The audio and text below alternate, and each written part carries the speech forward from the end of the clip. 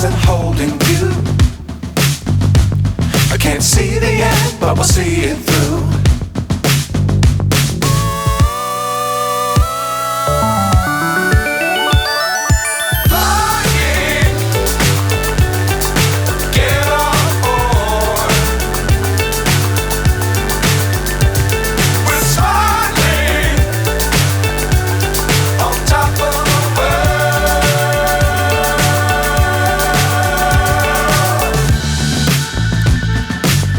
Times don't fly too high. Be sure to keep the ground in sight. Fly forever if you keep it tight. Love the world but keep the sky on your mind.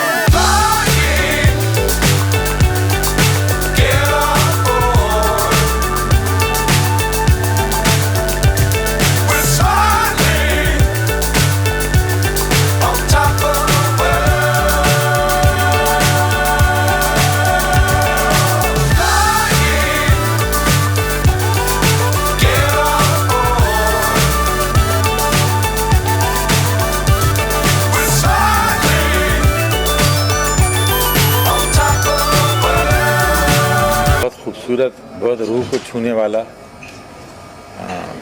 गाना, इसको गाना नहीं बोलना चाहिए, ये तो एक नात है, एक जैसे बोलते हैं इबादत के लिए गाई जाने वाली चीज़ है जो सुनने में भी बहुत रूह को सुकून देती है, बहुत अच्छी लगी।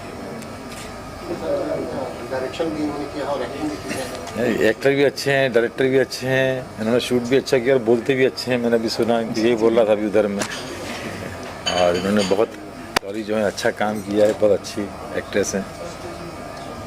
रजनी जी क्या कहेंगे आप चीफ गेस्ट के रूप में रूमी सर आए हैं? सर ये मेरे लिए सौभाग्य है कि रूमी सर आए हैं, और मतलब ये समझ लीजिए कि समंदर हैं और हम बूंद हैं, तो बस यही है, और इनका आशीर्वाद हमें मिल रहा है, और ये आज हमारे साथ बैठे हैं तो ये प्रभु की कृपा हो गई बस।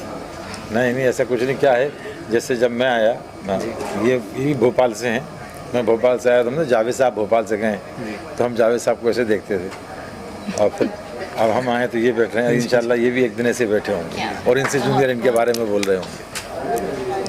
आप क्या कहोगे, आपका प्रोडक्शन है, उसके जरिए बनाएगा? जी मेरा प्रोडक्शन है, लेकिन बहुत लोगों का कंट्रीब्यूशन है, सिर्फ अकेले मेरे नाम से हो नहीं सकता और मैं अकेले कुछ कर भी नहीं सकती।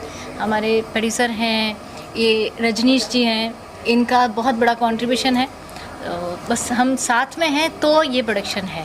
ओमशील प्रोडक्शन वाले कुछ बताइए, क्या कुछ है? ओमशील प्रोडक्शन की हमेशा ये कोशिश रहेगी और रही है कि किसी अच्छी कहानी, सच्ची कहानी, कोई सब्जेक्ट ऐसा हो जिसका कोई मैसेज हो, कहीं ना कहीं मीनिंगफुल फिल्में बनाना या जो भी आर्ट से रिलेटेड जो भी काम करना वो वही हो।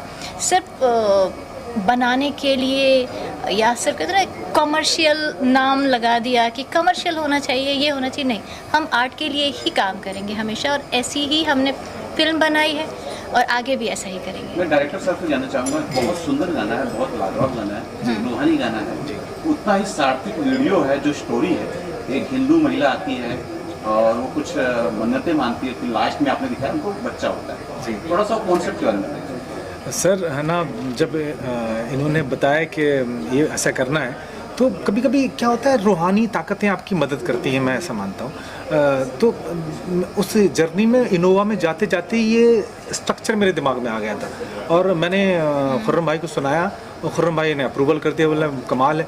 मैंने कहा मैंने नहीं किया है। कभी कभी क्या होता है कि शायद रूमी भाई इस बात को एक्सेप्ट करेंगे कि जो लिखावट होती है वो कुदरतन आती है आपको, आप जानबूझकर लिख नहीं सकते कि मुझे लिखना है आज, वो कुछ होता है, कृपा होती है ऊपर वाले की, तो वो हो जाता है, और वो वैसे ही हुआ, और एक समावेश हो गया, सबने सहमत हो गए और गाना बन पड़ा।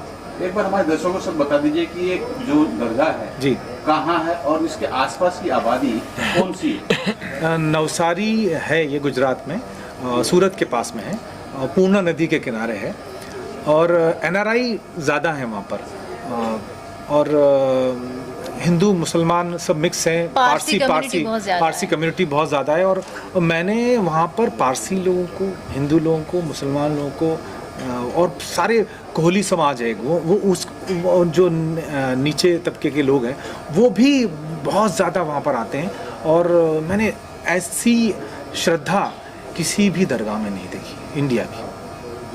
रजनीश जी, आप बड़े गुणी हैं, आप राइटर भी हैं, डायरेक्टर भी हैं, और जी कंपोजर भी किया आपने। जी। आपके नाम के साथ जो रजनीश नाम जुड़ा हुआ है, इसके बारे में कुछ कहिए। रजनीश, जहाँ तक मुझे पता है, एक तो ओशो है, दूसरा रजनीश का मतलब है रातों का राजा, जहाँ तक मुझे पता है। तो बस प्रभु की कृपा हुई है, और जो कुछ भी मैं कर पा रहा हूँ वो हमारे बुजुर्गों का आशीर्वाद है, और उस मिट्टी की खुशबू है जहाँ से रूमी भाई बिलोंग करते हैं। तो हमको थोड़े, इनको पूरा समंदर मिला, हमको 4-5 बूंदें मिल गई हैं, तो बस उस पर काम चला रहे। इसके बाद भी आप ये ऐसे रूहानी गीतें लिखा करेंगे आगे या कुछ? जी बिल्कुल, जी बिल्कुल। आने वाली फिल्म है प्यारी तरौली द ट्रू स्टोरी, उसमें मैंने लिखा भी है, कंपोज भी किया है। तो बस आपको वो जब सुनेंगे तो आपको और मज़ा आएगा, और फिर आप बताइएगा जब सुनेंगे तब कि मैंने ऐसा लिखा, मैं ऐसा लिख पा रहा हूँ कि नहीं, ये तो वक्त बताएगा। अच्छा डॉली, शूटिंग का थोड़ा एक्सपीरियंस बताएं, शूटिंग के दौरान क्या? शूटिंग के दौरान, शूटिंग क्योंकि रियल लोकेशन पे थी, और आधे से ज़्यादा जो रिचुअल्स थे वो रियल हो ही रहे थे।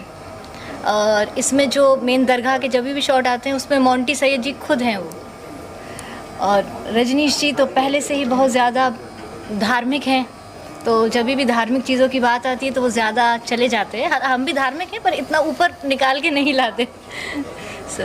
बहुत मज़ा आया, बहुत नई चीज़ें, हिस्ट्री जानने को मिली, कल्चर समझने को मिला, ऐसी बहुत सारी चीज़ें जो मुझे मालूम ही नहीं थी, नए शब्द, इस्लाम के बारे में मैं बहुत कुछ जान गई जो पहले कभी नहीं जानती थी। तो मेरे लिए तो ये एक क्लास थी।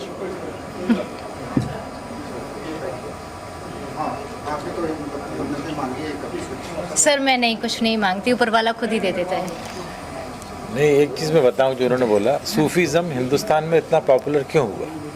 जब सूफी संत यहाँ पे आए, तो पहले चाहे वो नौसारी में आए, चाहे अजमेर शरीफ में, चाहे निज़ामुद्दीन औलिया हों, जितने भी हैं हिंदुस्तान के हर शहर में एक दरगाह आपको मिलेगी, हाजी अली हो, माहिम हो।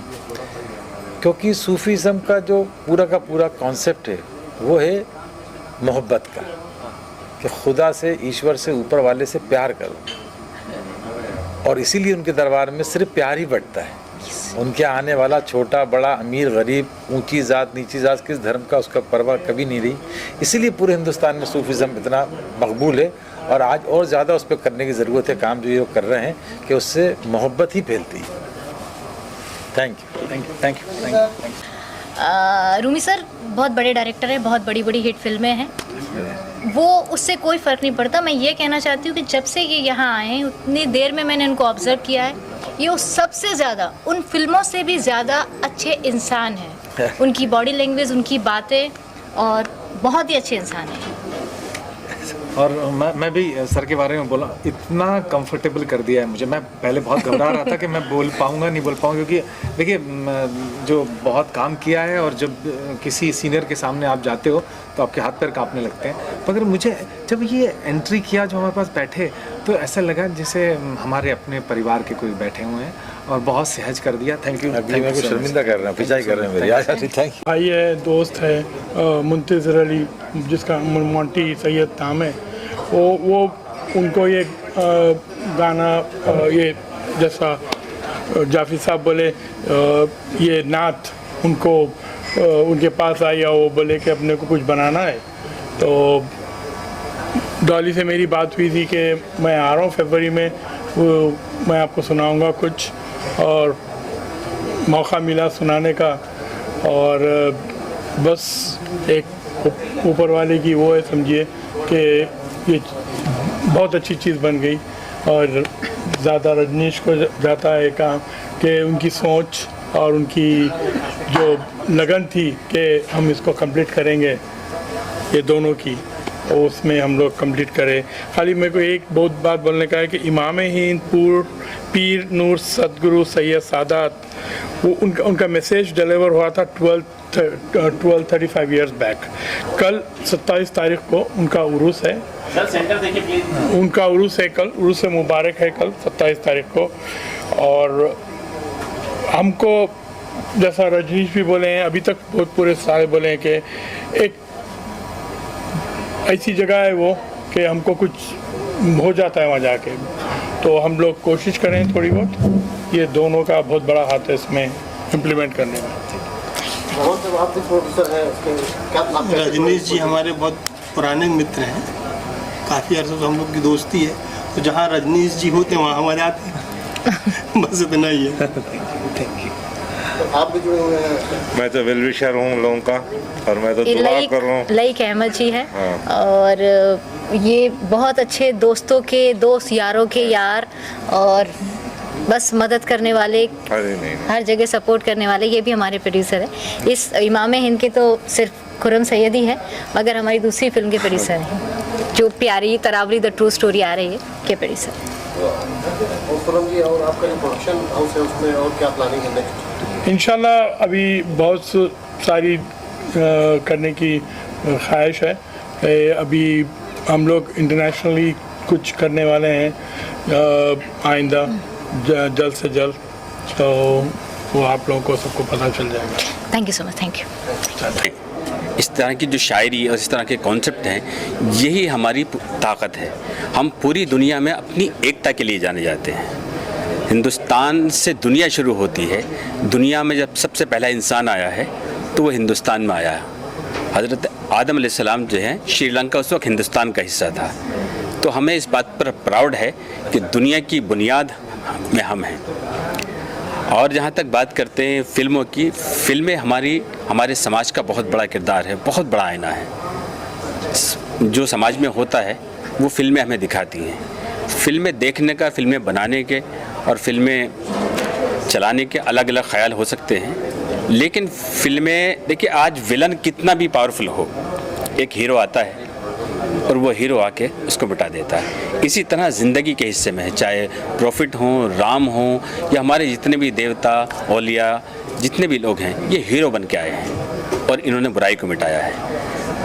आजकल मीडिया बड़े निशाने पर है, ख़ासकर हिंदुस्तान की मीडिया, लेकिन मीडिया इतनी पावरफुल चीज़ है कि मीडिया अगर चाहे तो जो चाहे करा सकती है। तो हम मुश्किल क्या है कि मैंने एक शेर पढ़ा था कलम के हवाले से, हम अपनी ताकत को कभी कभी नहीं जानते, और अपनी ताकत का अगर लोहा मनवा लें तो थोड़ा सा सब्र है। और ये कैमरे, ये कलम, ये हमारे समाज का इतना बड़ा आईना है कि इसमें हम अपना मुस्तकबिल दे सकते हैं, अपनी नस्लों का मुस्तकबिल देख सकते हैं। तो मैं तमाम मीडिया वालों को मुबारकबाद पेश करता हूं कि ऊपर वाले ने आपको इस काम के लिए चुना है कि आप समाज को सच दिखाते हैं। जो लोग दुनिया को, उसकी दुनिया को, हमारी दुनिया को ख़राब करना चाहते हैं, वो जब सारी चीज़ें नाकाम हो जाती हैं तो सबको बेनकाब करने का काम आप लोग करते हैं। सलाम आपको, आपकी अज़मतों को, और मैं चाहूँगा कि आपको ऊपर वाला इतना हौसला दे कि आप इसी तरह अपनी ज़िंदगी को दांव पर लगाते हैं। वो काम जो लोग घरों में आराम से सोते हैं, आप समाज को उन चीज़ों पर लाके दिखाते हैं, ज़िंदगी जीने का हुनर सिखाते हैं। तो बाकी शायरी में होंगी सारी बातें। मेरा एक शेर है कि कहानी पर कहानी लिख रहा है, वो खुद ही अपना सानी लिख रहा है। कहीं मिट्टी पे मिट्टी लिख रहा है, कहीं पानी पे पानी लिख रहा है। तो हम आप लोग जो है ना, कहीं मिट्टी पे मिट्टी लिखते हैं, कहीं पानी पे पानी लिखते हैं, लेकिन इस बात को या तो हम जानते हैं या हमारा ज़मीर जानता है, लोग नहीं जानते। तो हम बहुत मखसूस हैं। थैंक यू सो मच, शुक्रिया।